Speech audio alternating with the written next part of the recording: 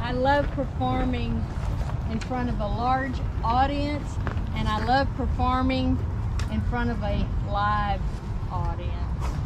Much more fun than what else is here. Okay, here I go. I need you to watch. What does this remind you of? Statue. Say it again. The statue. Where's my statue? Outside the library. The statue in front of the Weatherford Public Library. I have a wonderful story to tell you of my wonderful life, but since I lived to be almost 77 years old, the director said I only could have you for 5 or 6 minutes. Very hard to get 5 or 6 minutes out of 77 years.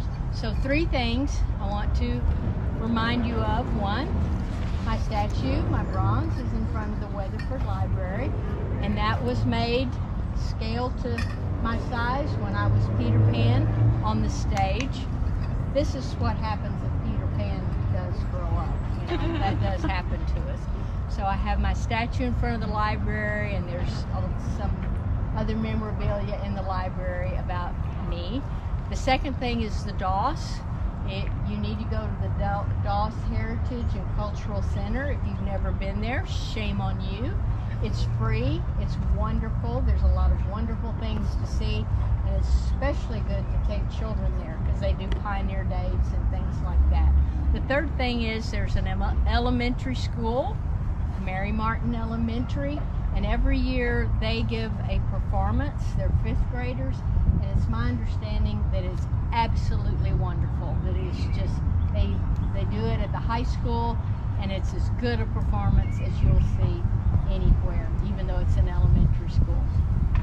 So like I said, I lived to be almost 77, only 1 month shy of my 77th birthday. I was born on December the 1st, 1913. I was born on the 1st because I was very excited to get here. I had a lot to do, and I was ready to do it. I had an older sister named Geraldine, but I called her sister all my life. She was born 4 years before me. And then between sister and myself, 2 years after her and 2 years before me, we had a brother, but unfortunately he only lived for 1 day, which grieved my mother very, very much. She was determined to have a son, so even though the doctor said, no more kids, no more kids, she got pregnant again. Ta-da, here I came. And I guess I felt like I had to make up for brother and me. So I had all of the energy for 2 kids. I didn't want to go to bed. I didn't want to go to sleep. I might miss something. So I was a very, very active child. But I was also a very happy child. My mother said I woke up in the morning with a smile on my face. I was happy all day long, and I wanted everybody to be happy along with me, which is probably why I became a performer as I was an adult. I wanted to entertain. I wanted you to be happy. I wanted you to have a smile on your face. But I'm getting ahead of my story. I did my first performance when I was 5, and I must have really liked being on that stage. I went through elementary school and school here in Weatherford, but when I turned 15, Mother and Daddy decided to send me to Nashville to go to finishing school. Well, finishing school is code for learn how to be a wife, learn how to run a house, learn how to catch a husband. Boring. I wanted to perform. I wanted to be in theater. I already knew how to talk. My daddy was a lawyer, so I began talking at a young age, and I learned how to talk loudly, and I learned how to present myself. My mother was a violinist and taught violin, so there was music in my house, in my home, and so I picked up music very easily. And then as I started school and started learning, they realized I had a photogenic memory. So what was I going to do at school learning how to be a wife?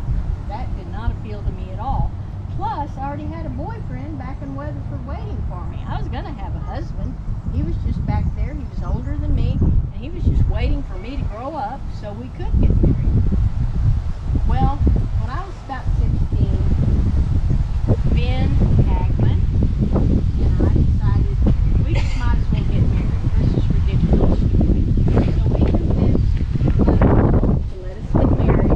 Daddy, he wasn't too hot on the idea, but Mother agreed. So here's the timeline. I'm married at 16. 10 months later, I give birth to Larry Hagman. Do not recognize that name. Blue shot, very large. Little hint there. And at 18, I was already bored to tears. I realized this role as a wife, it wasn't going to be for 2 or 3 weeks. It wasn't going to be for 2 or 3 months. It wasn't going to be for 2 or 3 years. This was something, and I was already so bored. And my family and Ben could see how unhappy I was. So Sister said, okay, Mary, you love to perform, you love to sing, you love to dance.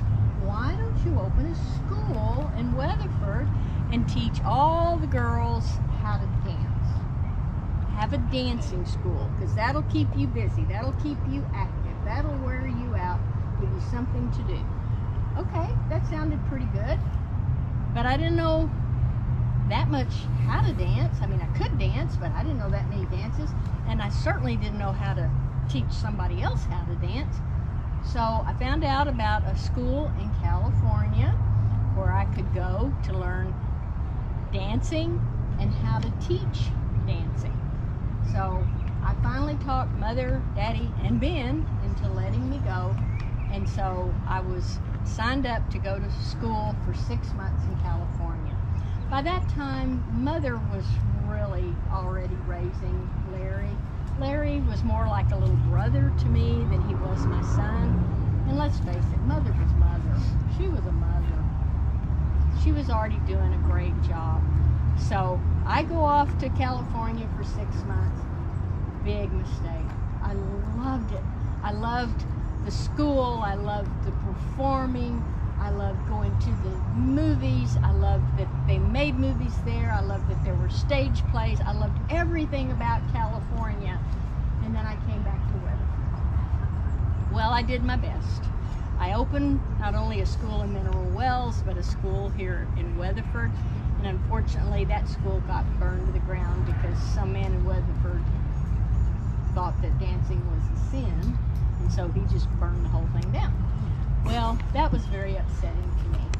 And I thought, why am I doing this? I'm teaching all these girls how to perform, and I don't get to. They're all going on the stage, and I don't get to go on the stage. So when I was about 20, my dad sat me down one day and said, Mary, you aren't very happy. What's the deal? You're not happy. We can all tell you're not happy. And I said, well, Daddy, I'm just wasting my life. This is not what I was meant to do. I was meant to do something else. My purpose is to do something else. And so it was agreed upon by the family and by Ben Hagman that I returned to California. And so while I was in California, my dad applied for a divorce, and so I got a divorce from Ben Hagman. Turned out okay for Ben. He started out as an accountant. He ended up an attorney, well-known attorney here in Weatherford. He remarried and he had more children, so Larry wasn't an only child. And I did my thing in California. I love living in California. I love being there. They call me Audition Mary because I went for it didn't matter what it was. I auditioned for it. So first of all, I started on the radio. I sang on the radio something like 50 some odd appearances on the radio in California, and then back in Texas when I visited Texas. And I also made films. I made movies in California, and I started out in a silent movie. Can you imagine a singer being in a silent movie? Yeah. But movies were not my thing. They were looking for movie stars. They were looking for beautiful, gorgeous women, and I wanted to sing and dance and be busy. So movies were not really for me. I made 14 of them, but they were really not for me. And then I met Oscar Henderson. And Richard Rogers and Oscar Hammerstein changed my life. I was the original Nellie Forbush in the South Pacific. I don't know if you've ever seen it as a play. It started as a play and then they made it into a movie. And that some have said that they wrote that play just for me because they thought I would be the perfect Nellie Forbush. I was the original Peter Pan on the stage, and then I did 2 TV appearances. I was the original Maria in The Sound of Music, and I became very close friends with Maria Von Trapp. I was Dolly in Hello Dolly. I was Annie Oakley in Annie Get Your Gun. I was in I Do, and I loved being on the stage. I wanted to make you happy, and if it was your first night, your opening night, I wanted to make it my opening night. So for me, every performance was special because I wanted it to be special for you. About 4 or 5 years after I was in California, I married Richard Halliday. Richard was a theater critic, and then after we married, he became a producer and a co-producer of a lot of my plays. And because he was in the business and he understood, we had a very happy marriage. Larry grew up here in Weatherford. He went on to become a TV star, as I've already mentioned. Don't look for him out here. He's not buried here. He was cremated upon his death, and all his ashes were spread at the South Fork. But when my sweet Richard passed away, we were living in Brazil. We had a ranch in Brazil after we retired, and when Richard passed away, I brought him back here to be buried, knowing that I would join him someday. Those latter years of my life, I began to look back and wonder, did I give too much of myself to strangers? Did I give too much of myself to too many people? Did I rob my family? Did I rob my friends? But a year prior to my death, I received the honors at Kennedy Center in Washington, D.C., Kennedy Center of the Performing Arts, and I was given a lovely life tribute. So that did make me feel better. Please walk down and see our markers.